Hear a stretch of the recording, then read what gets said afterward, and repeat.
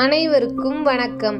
நாம் இன்று பார்க்க இருப்பது பெருமாளின் அவதாரங்களில் ஒன்றான பரசுராம அவதாரம் ஆகும். தம் தந்தையை இழந்த கார்த்தவீரியன் புதல்வர்கள் ஜமத்கினி முனிவரிடமும் பரசுராமரிடமும் பகைமை பாராட்டி வந்தார்கள். அதனால் பழிக்கு பழி வாங்க தீர்மானித்தார்கள். ஒரு நாள் ஜமத்கினி முனிவர் ஆழ்ந்த நிஷ்டையில் இருந்தார். பரசுராமனும் தன் சகோதரர்களுடன் ஆசிரமத்தை விட்டு வெளியே போயிருந்தான். ரேணுகாதேவி மட்டும் ஆசிரமத்தில் இருந்தாள். அப்போது ஆசிரமத்தில் கார்த்தவீரியனின் புதல்வர்கள் ரகசியமாக நுழைந்தனர். அவர்களில் ஒருவன் கையில் வெட்டரிவாளுடன் முனிவர் பக்கம் போகும்போதே ரேணுகாதேவி சிரசு வெடிக்கும்படி கதறினாள். அரசகுமாரர்களே, அவர் ஓர் அந்தன சிரேஷ்டர், மகா முனிவர். தயவு செய்து அவரை வெட்டி வீண் பழிக்கு ஆளாகாதீர்கள் என்று அலறினாள். நற்றுப்பகை கொண்ட அந்த ராஜன்மார்களுக்கு அவளுடைய கூக்குரல் நரகமாக இருந்தது. ஓங்கினவாள் மேலும் உயர்ந்தது. ஒரே வெட்டு. ஜமத்கினி முனிவர் தலை தரையில் உருண்டது. சீலவதியின் கண்ணீர் இரத்தமும் கரைபுரண்டு தரையை மட்டுமா நனைத்தது. தர்ம தேவதைகளையும் தலை முழுக செய்தது. கொய்த தலையை கொடியவர்கள் கொண்டு போனார்கள்.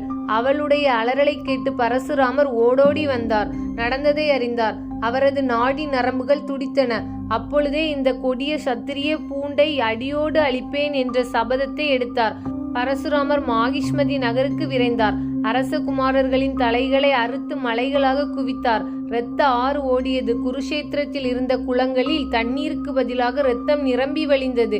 தன் தகப்பனார் தலையை கொண்டு வந்து உடலுடன் சேர்த்தார். ஈமச்சடங்குகளை செய்தார். பூமியில் உள்ள சத்திரிய வம்சம் அற்று போகும்படி 21 திக்விஜயம் செய்து வேறறுத்தார். அந்த பாவம் தீர வேள்வி செய்தார். அந்த வேள்வியில் கிழக்கு திசையை அத்துவரியவுக்கும், வடக்கை உதகாதாவுக்கும், மத்திய தேசத்தை ஆசியபருக்கும், ஆரிய வர்க்கத்தை உபதிரஷ்டாவுக்கும், அதற்கு அப்பால் உள்ள பிரதேசத்தை சதசியர்களுக்கும் அளித்தார். சரஸ்வதி நதியில் சுபவிருத ஸ்நானம் செய்தார். பரசுராமரால் பூஜிக்கப்பட்ட ஜமத்கனி முனிவர் ஞான தேசம் பெற்று சப்தரிஷி மண்டலங்களில் 7வது ரிஷியாக விளங்கினார். தற்சமயம் அவர் மகேந்திர பர்வதத்தில் சித்தர்கள், கந்தர்வர்கள் ஆகியோர்களால் பாராட்டும் புகழ் பெற்று அங்கு தவக்கோலத்தில் சிரஞ்சீவியாக இருக்கிறார் என்று ஸ்ரீமத் பாகவதம் சொல்கிறது. ராம அவதாரத்திற்கு முன்பு சூரியகுலத்தில் பிறந்தவன் மூலகன் என்ற அரசன். பூலோகத்தில் அப்போது ராஜவம்சம் இல்லாமல் அழிந்துவிட பரசுராமர் புறப்பட்டார். பெண்கள் பலர் மூலகனை சூழ்ந்து நின்று கொண்டு பரசுராமர் கண்ணில் படாதவாறு காப்பாற்றினார்கள். அதனால் அவனை நாரிவசன் என்றும் அழைப்பர். சத்திரிய வம்சம் பூண்டோடு போன பின்பு அந்த வம்சத்தை தலைக்க செய்தவன் மூலகனே. மூலகனுக்கு பின்னர் தசரதன். அளபடி கட்டுவாள்கள் தீர்க்கபாடு ரகு அவன் மகன் அஜன். இந்த அஜனின் மகன்தான் ராமரின் தந்தையான தசரதன். இப்படிதான் சத்திரிய வம்சம் மீண்டும் தலைக்க ஆரம்பித்தது. ராமர் சீதையை திருமணம் செய்து கொண்டு மிதிலையில் இருந்து அயோத்திக்கு போகும் வழியில் பரசுராமர் அவரை சண்டைக்கு இழுக்கிறார். தம்முடைய தவ வலிமை முழுவதையும் ராமபாணத்திற்கு இரையாக்கிவிட்டு தாம் பிராமணர் என்ற நிலையில் எண்ணிய பொருளெல்லாம் இனிது முற்றுக என்று ராமருக்கு ஆசீர்வாதம் செய்கிறார். இலங்கையின் அசோகவனத்தில் சீதை சிறையிருந்த சமயம் இதை நினைவுபடுத்தி ராவணனுக்கு புத்திமதி கூறுகிறாள். தூர்த்தனே, கார்த்த வீர்யார்ச்சுனனுக்கு 1000 கைகள் இருந்தன. அவன் உனது 20 தோள்களையும் பிடித்து உலுக்கி சண்டையிட்டு வென்றான். அப்பேற்பட்ட கார்த்த வீரியனை பரசுராமர் கொன்றார்.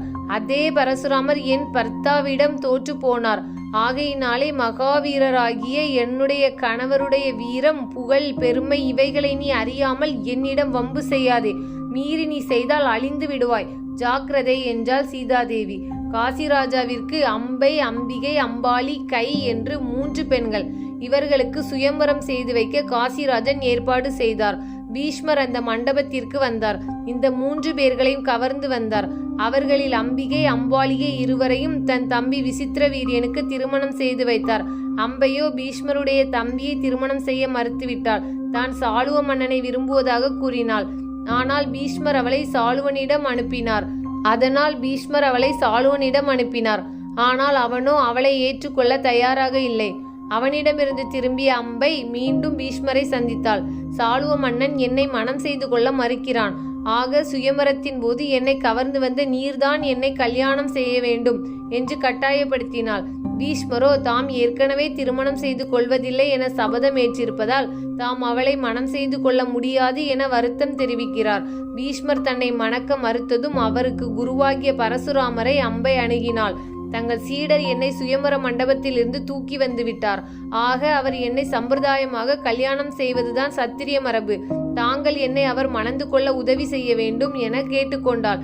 பரசுராமர் அதற்கு சம்மதித்து பீஷ்மரை சந்தித்து அம்பையை மணம் செய்யும்படி வற்புறுத்தி பார்க்கிறார். பீஷ்மர் அதற்கு மசியவில்லை என்ற உடனே போர் செய்தார் பீஷ்மர்.